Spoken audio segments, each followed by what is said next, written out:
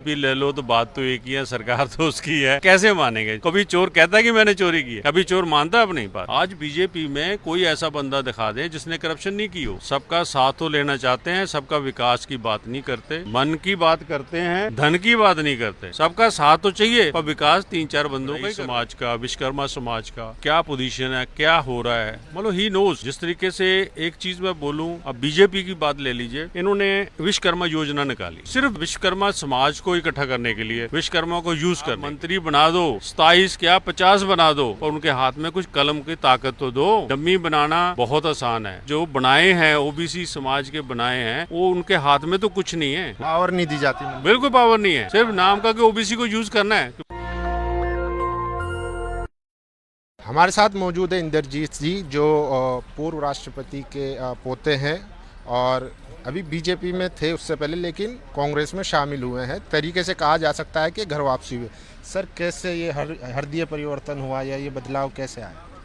देखिए, जब ये विधानसभा के लोकसभा के इलेक्शन चल रहे थे तो वहाँ पे एक प्रोग्राम हुआ था पंचकुला में, तो मैंने राहुल जी से वहाँ पे राहुल जी को सुना, ध्यान से उनका बातें की। तो वहाँ से जिस तरीके से मैं भी बैकवर्ड्स की लड़ाई लड़ रहा हूँ, ओबीसी की लड़ाई लड़ रहा हूँ, क्योंकि आई एम आल्सो फ्रॉम बड़ई समाज, तो वो तब से थोड़ा सा ऐसे लगा कि ये इंसान जो है ये सही बात कर रहा है, ये कहता है और लड़ेगा भी। वो कह रहा है ओबीसी की जनगणना के चक्कर बात हुई तो वो उसके लिए मुद्दा उठाया है इन्होंने।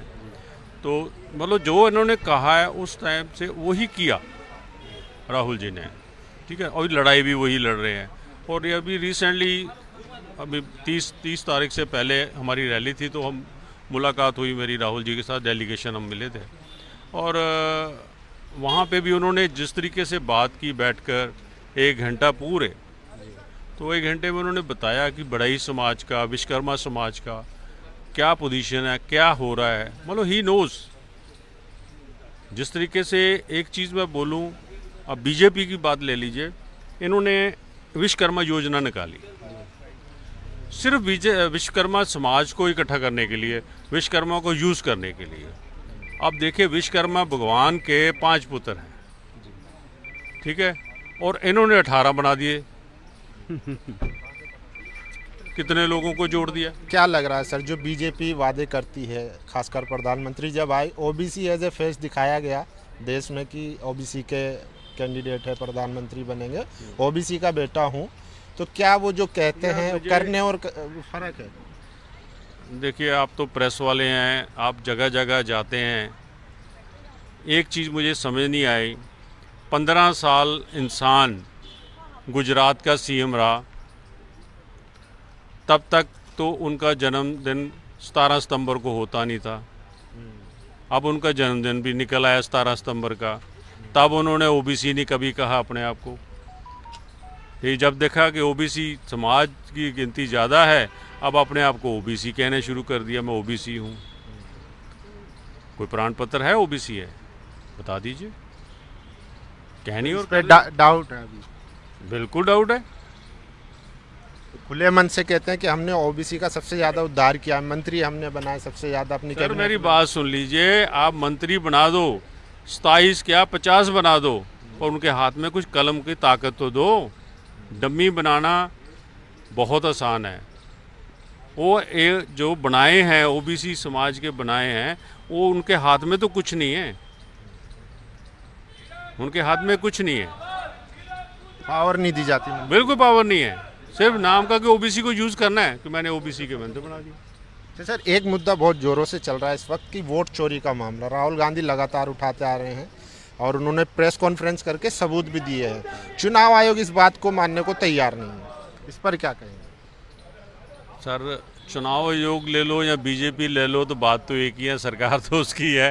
वो कैसे मानेंगे? कभी चोर कहता है कि मैंने चोरी की है, कभी चोर मानता है अपनी बात? चोर तो नहीं मानता है। फिर लेकिन अब बीजेपी के सांसद अनुराग ठाकुर हैं, वो कह रहे हैं कि इसके अलावा रायबरेली हो या कन्नौज, जहाँ से अखिलेश जीते हैं, वहाँ भी फर्जी वोट थे। देखिए, अगर उनके पास सबूत है तो वो दे दें, इनके पास सबूत है, दे दिए। बात तो सबूत पे है ना। अगर सबूत है तो ठाकुर कह दे, वो तो खुद करप्ट आदमी है। करप्शन नहीं की उसने, जब क्रिकेट बोर्ड में था वहाँ पे करप्शन की उसने। आज बीजेपी में कोई ऐसा बंदा दिखा दे जिसने करप्शन नहीं की हो। तो सर बीजेपी का जो नारा था कि सबका साथ सबका विकास, क्या वो फेल हो चुका है इस बार?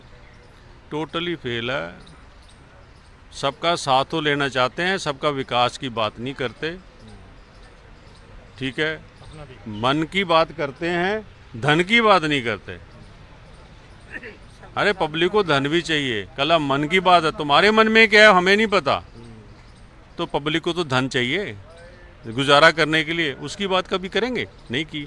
उसी तरीके से विकास, अपना विकास कर रहे हैं, सबका साथ तो चाहिए, पर विकास 3-4 बंदों का ही कर रहे हैं वो।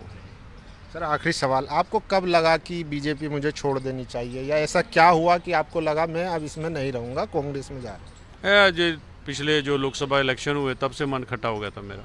किस बात को लेकर? सर कमिटमेंट किसी से की है, बातें किसी से कर रहे हैं, बनाते किसी को है, उसको हटा के जो जीतने वाला उसको उठाते हैं, उसको बना दिया बेटू जो है, उसको वहाँ पे टिकट दे दी, रातों रात टिकट, उसको अनाउंसमेंट कर दी नरेंद्र जी आपको कहीं और देखेंगे, करेंगे, कोई बात नहीं है। और पता लगा वो हार गया है, वो हारे को फिर मंत्री बना दिया उठा के।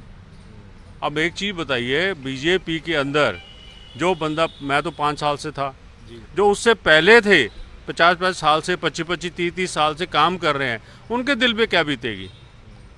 ये कल का आया कैप्टन अमरिंदर सिंह आया, उसको बना दिया, जाखड़ आया, उसको प्रधान बना दिया। अब बीजेपी में जो काम कर रहे हैं पुराने, उनके दिल में क्या बीतेगी? मतलब उनकी सुनवाई कुछ नहीं है। जो पहले सिस्टम था बीजेपी में, अटल जी के टाइम पे, अडवाणी जी के टाइम पे, वो कर रहे थे काम की, वर्कर की कदर होती थी। अब कदर नहीं है, अब तो बस जो है, जो दिल में आता वही चीज़ होती है वहाँ पे। आपकी कभी मुलाकात हुई प्रधानमंत्री या गृह मंत्री जी से? कैसा नेचर देख रहे हैं? जैसे नरेंद्र मोदी जी का नेचर बहुत अच्छा है, उनमें एक चीज़ कला है, वो आपको पहली बार मिलेंगे दिल जीत लेंगे आपका। ये जूझा मन जीत लेंगे, तभी मन की बात करते हैं। उसके बाद तुम अपने रास्ते, मैं अपने रास्ते, मीठी मीठी बातें करते हैं। बस।